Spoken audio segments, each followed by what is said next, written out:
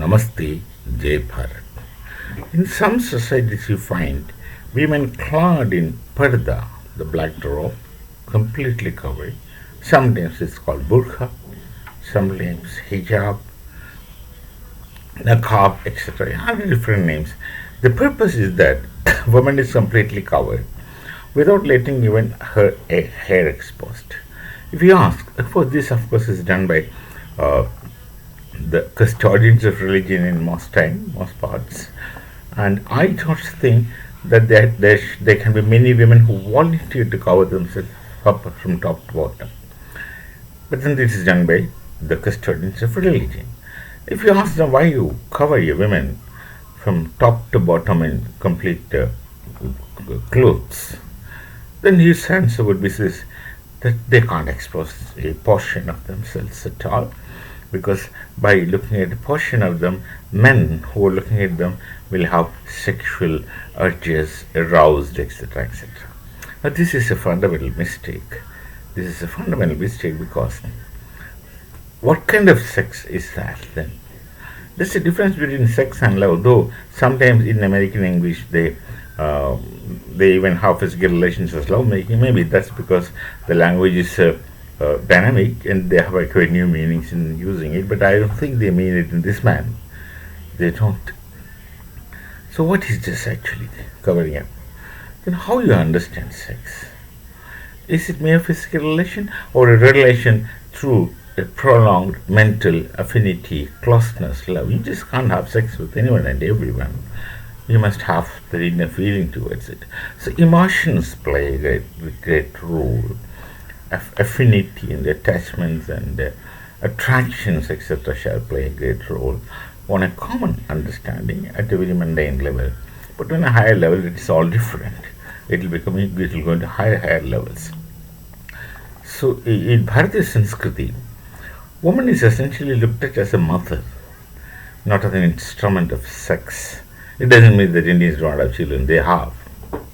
But then their attitude and concepts and mental makeup is entirely different, which one can't understand the other, to that extent different. I used to say that Bharat is a knowledge tradition which had gone into every aspect of knowing, trying to decipher every nobles, and not simply trying to understand. They have also become authorities in such areas and created texts, many texts, apart from carvings on hard granite to that effect. So we have a Maharshi who wrote something which almost the world know, Kamasutra. Kamasutra should be a text of sex, if you all call it like that, but it's not a mere text of physical relations. It's a text of the art of lovemaking, let me call it in that manner. It's an art. It's like a poetry. It's approaching sex with a poetic attitude would render you intense and immense satisfaction as compared to a bull climbing on a cow for a fraction of seconds and coming down. When you treat sex as something like animal kind of sex, then even animal kind of sex is only seasonal. Animal kind of sex, then it gets deteriorated and reduced into this kind of a bull climbing a cow and just coming down. That's it. That's not the case. It's a time taken, prolonged mental human beings. We are essentially mental beings. We are physical beings, but we are essentially mental beings more than mere physical beings. So it's a mental operation to begin with. So Kama Sutra is the highest expressions of this fundamental intentionality in the mental makeup to a physical exhibition of varieties. Now, interestingly, the Maharshi who wrote Kama Sutra, namely Maharshi Vatsyayana, was a brahmachari. Now, brahmachari means a person who is not involved in any kind of activities, physical or mental fundamentally, with sexually interacting with women. And that brahmacharya is by choice. There is no compulsion for a sannyasi to be a brahmachari. There is no necessity. There is no rule that in any Bharatiya religions that you should be a brahmachari to become a sannyasi. Sometimes it may be the case, but in Hindu dharma, you can marry, a sannyasi can marry, a maharshi can marry. A maharshi can have one wife or more wives, depending on the case. And there are maharshis who are having more than one relationship with people. They are explicitly stated, nothing is hidden.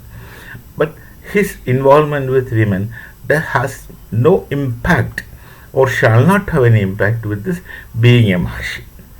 Call it as Maharshitva. Has nothing to do with it. So when Vatsyayana Maharshi remained a brahmachari, it was his choice, by choice. So, and it's he who wrote Kamasutra and presented to the world. And then Kamasutra, once presented to the world, remains in text.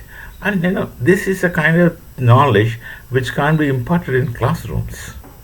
It's difficult because he talks about various postures, 64 postures to start with, and it's still open-ended. You can innovate.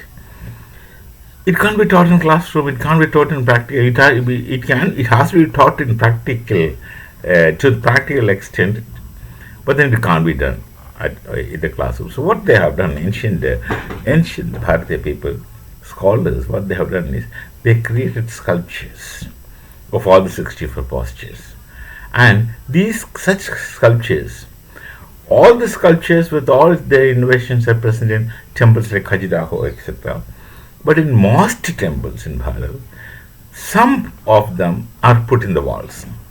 Why are they put in the walls? They are put in the walls because temple is a place where everyone goes. Temple is a place not just for worship. Temple also had pathshalas, that is school. In ancient Bharat, temple is a place for learning. Learning all kinds of knowledge, dances, music, everything was associated with the temple premises. And a basic education mostly is taught by the temple priest. Fundamental education, class educations, was taught by the priests in ancient times. And to the extent of my childhood. So these things are put. Those who want, those who are interested can go. Look at it and learn. No one need to teach you. They are practically demonstrated in front of you through sculptures. No harm. That place is not forbidden. Actually, the places where everyone goes frequently. You can learn if you're interested. So it's for those who want to explore love beyond a point. Kamasutra is maintained. Always remember, it was created by a brahmachari who had nothing to do with this. He understood things mentally. In all possibility, it's through the method of yogis. They're using the same method. They learned the distance between planets and the speed of light. All those things they have learned using this method. Only one and only method of yogis. Now, in such societies where they clothe women with clothes, in the pretext that men will averse, then those men or women are both same are not really human beings. They have not evolved into finer human existence, and the custodians of religion would keep them keep pulling them down to very kind of animal existence of human beings. This is how sex has to be understood, and this is how sex is understood in Bharat, and which the world should understand and learn. Keep it as a poetry, treat it as a poetry, take prolonged time, just forget about the bull cow action, which is not meant for humans. But for such societies where religion, some so-called, I can't use the word autochthones because autochthones means positive, so custodians of religion would insist on this. Their own personal problems will make them insist on it. I won't call it as frustration, but should be the case. In such societies, everything immediately turns into sex because they're oppressed sexually. So what a finer, refined, romantic area is the area of physical relations, sex. Physical relations arising from the mental closeness affinity is a very fine area of human existence. That has been negated, denied, which really makes them barbarians undoubtedly. So let's look at sex in a more positive manner. Of course, on the other hand, women, for such society, practically what happens is women becomes an instrument of sex, and that's all. The bull cow story. But in Sanskriti of Bharat, women is essentially mother. The concept of matritva, essentially mother. In the sense, there is motherhood in any woman. That makes the families of Bharat mother-centered. Mother is so divine in Bharatiya Sanskriti, mother-centered. Our philosophy, Sankhya calls women, makes it akin to the concept of Prakriti. The Sankhya philosophy talks of two principles, Prakriti and Purusha. Prakriti is matter and Purusha is energy. It's after all matter-energy combination, the entire cosmos is. They called it in that sense, and they have also created a sculpture, a half woman, half man as Ardhanarishwara. That is there for the philosophical background, but nonetheless, practically, woman is essentially treated as a mother. And you marry, she's your wife, you live, you have children, and she becomes a mother. Finished. She becomes the mother of your children, and then she would behave in the house like mother of everyone. That operates within the women, Hindu women. She becomes the mother of everyone, and the motherhood keeps the family intact, and family keeps our Sanskriti intact. The basic unit of Bharatiya Sanskriti is family. In modern times, of course, we can't have joint families everywhere. We do have many. We can't have everywhere because we go all over the world, all over the place to get employed, work, and etc. Do business and work, whatever they are. They are nuclear families we have. In spite of nuclear families, the mother is a mother which keeps the family as Kutumba in Sanskrit, and Kutumba becomes the base unit, fundamental unit of Bharatiya Sanskriti. So sex is a normal thing. Sex is also a divine thing.